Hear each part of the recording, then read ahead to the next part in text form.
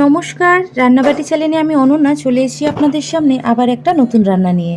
আজ আপনাদের সামনে শেয়ার করে দেখাবো মেটে আলু দিয়ে কাতলা মাছের মাথার তরকারি, যেটা বানাতে একদম কম সময় লাগে কিন্তু ভাতের সঙ্গে খেতে খুব ভালো লাগে। চলুন তাহলে দেখে নিই। এখানে বেশ কিছুটা মেটে আলুকে আমি ছোট ছোট টুকরো করে কেটে নিয়ে প্লেন জলে সেদ্ধ করে নিয়েছি। এবার মাছের মাথাগুলোকেও ধুয়ে পরিষ্কার করে নুন হলুদ মাখিয়ে তেলের মধ্যে এপিট ওপিট করে লাল লাল করে ভেজে নেবো।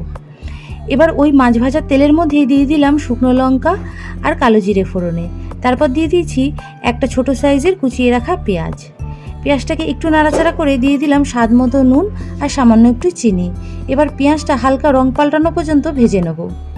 এবার দিয়ে দিলাম 2 চামচের মতন আদা রসুন বাটা, একটা ছোট সাইজের টমেটো কুচি আর বেশ কয়েকটা চেরা কাঁচা লঙ্কা। এবার সব মশলাগুলোকে 2 থেকে 3 মিনিট ভেজে নেওয়ার পরে দিয়ে দিয়েছি জিরের গুঁড়ো, লঙ্কার গুঁড়ো আর হলুদ গুঁড়ো। এবার সমস্ত মশলাকে ভালো করে একটু কষে নিতে হবে। মশলাটা যখন হালকা কষে আসবে তখন দিয়ে দেবো ভেজে রাখা মাছের মাথাটা। এবার মাছের মাথাটাকে অল্প অল্প করে ভেঙে দিচ্ছি। এবার সব কিছুর সঙ্গে মাছের মাথাটাকে ভালো করে মিশিয়ে নেব। এবার এখানে একটু সামান্য জল অ্যাড করেছি, তাতে মশলার সঙ্গে মাছের মাথাটা সুন্দর মিশে যাবে। এবার 2 থেকে 3 মিনিটের জন্য লো ফ্লেমে ঢেকে দিয়েছিলাম। মাছের মাথাটা দেখুন সুন্দর কিন্তু কষে এসছে।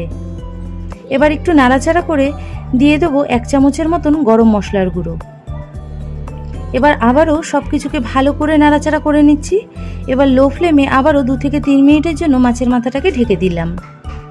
ঢাকনাটা খুললেই দেখুন মাছের মাথাটা কিন্তু একদম নরম হয়ে এসছে। মাছের মাথাটা কিন্তু কষে গেছে। এই সময় দিয়ে দেবো আগে থেকে সেদ্ধ করে রাখা মেটে আলুটা।